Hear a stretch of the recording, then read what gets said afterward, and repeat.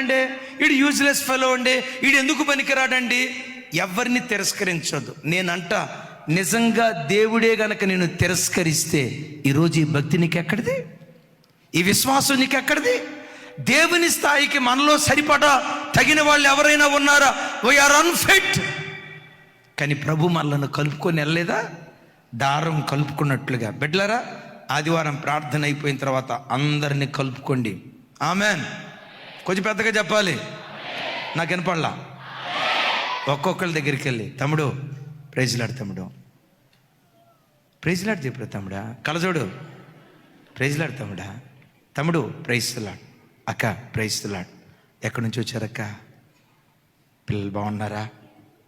అన్న మందిరానికి వస్తున్నాడా? మీ కొరకు మేము ప్రార్థన చేస్తాం అక్క. ఒకరినొకరు ప్రేమతో పలకరించుకొని కలుపుకొని వెళ్ళాలి. ఆమెన్. కొన్ని చర్చలు అట్టుండదు. ఎవరైనా విశ్వాసులు కొత్త వాళ్ళు కనపడ్డారు అనుకోండి, కొంతమంది చూపులు ఎట్టుంటాయో తెలుసు. ఆడు చూపుకి ఇక వచ్చేవాడు కూడా చర్చి మానేస్తాడు. ఇప్పుడు చూడండి, ఇది ఆ చర్చిలో ఉండాల్సిందే. కొంతమంది మొఖాలు ఉంటాయి, అవధం దాగిన మొఖాల్లాగా ఉంటాయి. ఇక ఎప్పుడు చూసినాయి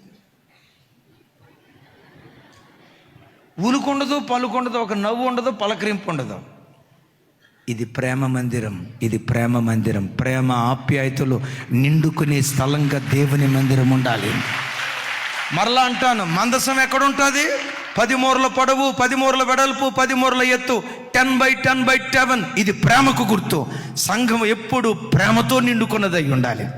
వీటన్నిటినీ కలిపేది ఏదని చెప్పాను. ఇప్పుడు దండం చూశారు, టకమని చెప్పండి. అయ్యా దండం చూశారు. దండం చూస్తే పూలు కనపడతాయా లేవా? చెవికలు కనపడతాయా లేవా? ఆకులు కనపడతాయా లేవా? మొక్కలు కనపడతాయా లేవా? దారం. ఒక మంచి నాయకుడు ఎప్పుడు తాను మరుగై ప్రజలను ప్రమోట్ చేస్తాడు. భారతదేశంలో అద్భుతమైన కెప్టెన్, క్రికెట్ అంటే అద్భుతమైన కెప్టెన్. మీకు తెలిసిన ఆయన పేరు, ఒక పేరు చెప్పండి. చూసారా, బైబిల్ గురించి అడిగితే చెప్పరేమో కానీ చూడు, టకామని మహేంద్ర సింగ్ ధోని ఇంటి పేరుతో కూడా చెప్తున్నారు వీళ్ళు. మహేంద్ర సింగ్ ధోని, MS ధోని గారు. ఆయనకున్న గొప్ప కృప ఏంటో తెలుసా? ఎక్కడైనా ఏదైనా ఒక ఆటలో గెలిచి ట్రోఫీ పొందుకుంటే, ట్రోఫీ గెలిస్తే సహజంగా ట్రోఫీ ఎవరికి ఇస్తారు? ముందు కెప్టెన్ చేతికి ఇస్తారు. రైట్. ఆ 11 మంది ఆటగాళ్ళని నిలవబెట్టి ఆ ట్రోఫీ కెప్టెన్కి ఇస్తే ఏదో ఫోటో కోసం అట్లా ట్రోఫీ పట్టుకున్నట్లుగా పట్టుకుంటాడండి. వెంటనే ఏం చేస్తాడో తెలుసా? తన తోటి ఆటగాళ్ళకి ఇచ్చి వాళ్ళను ముందుకు నెట్టి, అర్థరగండి, వాళ్ళను ముందుకు నెట్టి, వినారా తల్లి? వాళ్ళను ముందుకు నెట్టి, ఏం ఒక్కళ్ళు చెప్పట్లేదండి. వాళ్ళను ముందుకు నెట్టి ఈయన ఎక్కడో వెనకుంటాడు, ఎట్లా ఉంటాడు. ఏ రైట్ లీడర్షిప్. నేనే కనపడాలి, నేనే వినపడాలి. ఇది రైట్ లీడర్షిప్ కాదు. ఒక మంచి సేవకుడు తాను కనపడుతూ తన నీడలో ఇలా అనేక మంది సేవకులను ప్రజలకు పరిచయం చేసేవాడిగా ఉండాలి. నేను ఇక్కడ సోరారంలో ఉండి ఉప్పల్లో LED స్క్రీన్ పెట్టవచ్చు, వాక్యానుసారం కాదు. LB నగర్లో స్క్రీన్ పెట్టవచ్చు, వాక్యానుసారం కాదు. విజయవాడలో స్క్రీన్ పెట్టవచ్చు, వాక్యానుసారం కాదు. ఒక సేవకుని నీడలో అనేక మంది సేవకులు తర్ఫీదు పొంది వాళ్ళను ప్రొజెక్ట్ చేసేవాడిగా ఉండాలి నాయకుడు. చప్పట్లు కొడుతూ దేవునికి స్తోత్రాలు చెప్దాం. అయిలారా, మీరు మంచి నాయకులైతే, శ్రీకాంత్ అన్న, రవికుమార్ గారు, అంతా నా కష్టమేనండి అని అనకూడదు.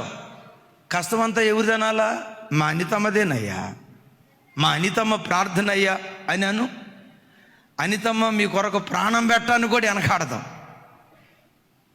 కొంతమంది ఉన్నారు, స్త్రీలు ఉంటారు కొంతమంది, అమ్మ నేను మిమ్మల్ని అంటలా, మీరు ఎవరు నా వైపు సీరియస్గా చూడొద్దు.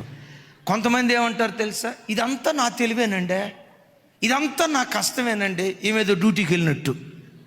ఇదంతా నా తెలివేనండి. ఆయన అండి ఊరకు డ్యూటీకి వెళ్తాడు, డబ్బులు అంటే ఆడికి బీపీ 190 పోతే ఊరకు ఎందుకు పెరిగింది చెప్పండి. ప్రమోట్ చేయాలి. నా భర్త, భార్య, నా భార్య కష్టం. ఒక మంచి నాయకుడు తాను మరుగై తన నీడలో ఉన్న ప్రజలను వెలుగులోకి తీసుకొని వస్తాడు. మంచి నాయకుడు. తదిమ విషయాలు వచ్చే వారం విందాం. ప్రభు మాట్లాడిన మాటలను బట్టి చప్పుడు కొడుతూ స్తోత్రాలు చెప్తాం.